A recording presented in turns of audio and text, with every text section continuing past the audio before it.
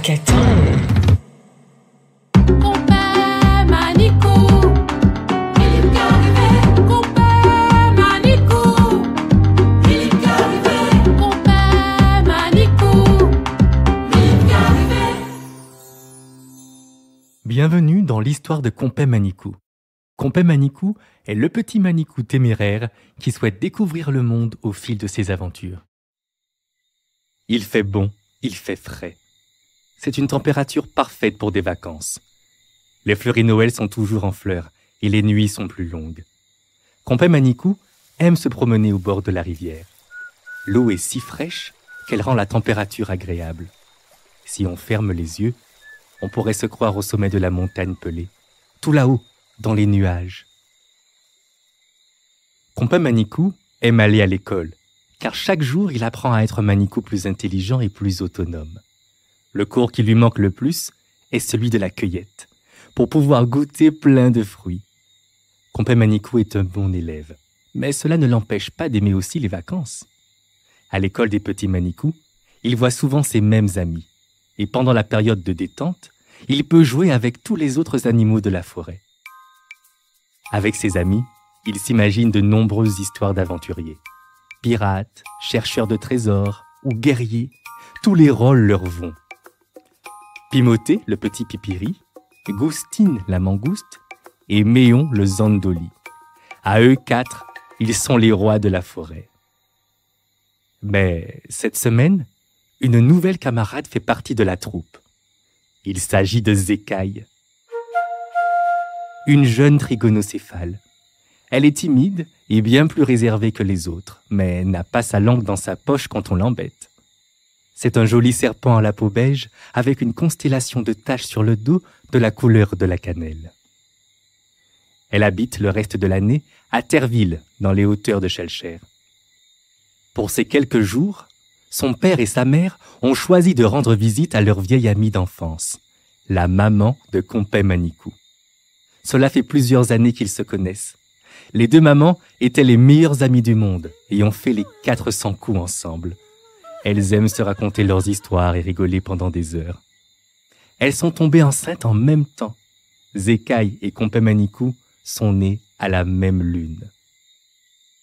La famille de Zécaille n'est pas une famille de serpents comme les autres. Ils sont fruitariens, c'est-à-dire qu'ils ne mangent que des fruits. Quand ils rendent visite à la mère de Compère Manicou, cette dernière ne cuisine pas de chenilles, mais des compotes d'abricots ou des salades de fruits. Chenilles ou salades de fruits, tout lui plaît à Compère Manicou. Sous le quénétier qui pousse à côté de la rivière, nos 5 compères réfléchissent ensemble à quel jeu ils pourraient jouer. Hier, ils ont construit une cabane avec des feuilles de fruits à pain. Et avant-hier, c'était une bataille de boue. Leur maman n'était pas très contente, mais ils se sont bien amusés. Pimoté, le petit Pipiri, propose de jouer à Attrape-moi si tu peux. C'est un jeu où il faut courir pour éviter de se faire attraper par les autres joueurs. C'est un jeu très amusant, mais on demande que l'on choisisse un autre jeu. Pimoté a des ailes, et lui, il est trop petit. Il sera désavantagé par rapport aux autres. Le groupe accepte de changer de jeu. S'ils sont réunis, c'est pour s'amuser tous ensemble. Goustine propose de jouer à saut sur roche. La règle est simple. Il faut sauter d'une roche à l'autre sans tomber dans la rivière. Compère Manicou aimerait bien jouer à saut sur roche, mais il ne sait pas encore nager. Ça pourrait être dangereux pour lui. Il préfère demander au groupe de changer de jeu.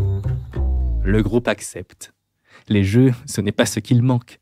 Il y en a bien un qui plaira à tout le monde. Ils réfléchissent tous les 5. Ah! Méon a une idée. Il propose 1, 2, 3 soleil, un classique. Un des joueurs tourne le dos au groupe, dit 1, 2, 3 soleil, et une fois la formule prononcée, il se retourne et vérifie que plus personne ne bouge. Les autres joueurs ne doivent bouger que lorsque la formule 1, 2, 3 soleil est prononcée.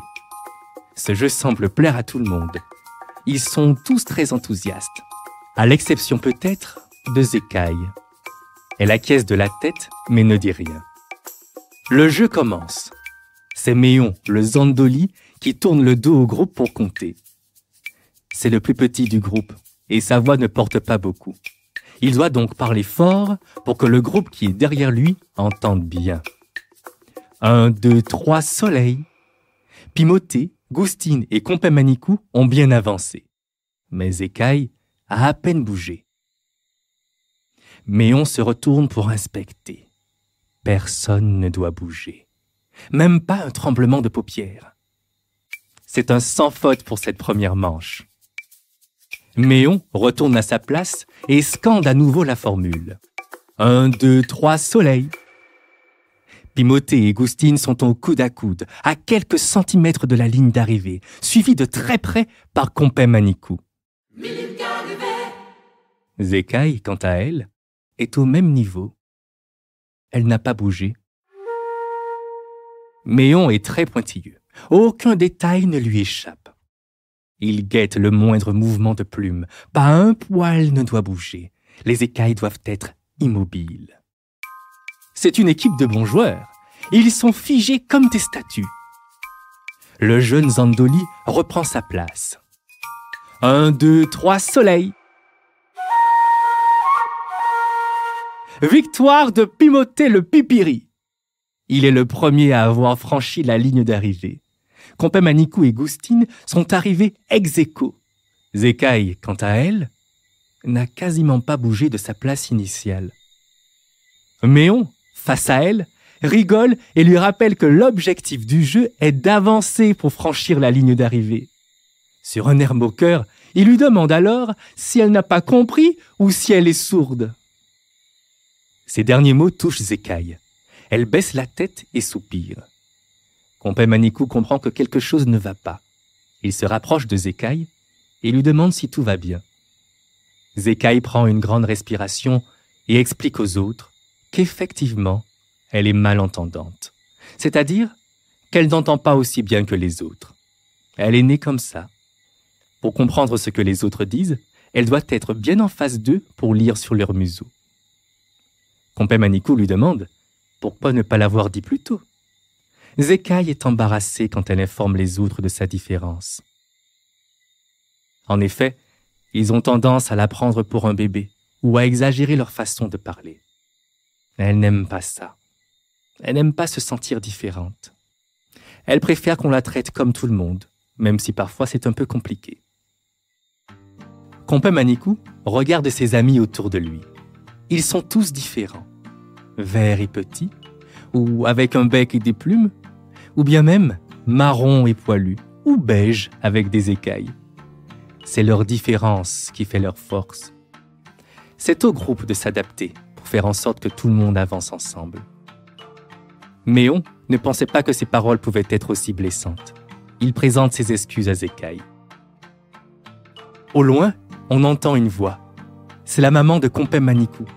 D'une voix douce et forte, elle demande aux enfants de se rapprocher. C'est l'heure du goûter. Ça, c'est une activité qu'ils peuvent tous faire ensemble.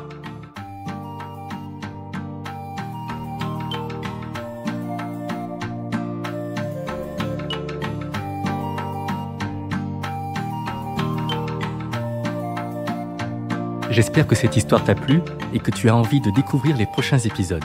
Les aventures de Compay Manicou, un podcast original TAND, écrit et interprété par Guillaume Ruffin, habillage sonore Emmanuel Icaré et Guillaume Ruffin. Chant Valériane Edmond-Mariette. Au paquet TAND.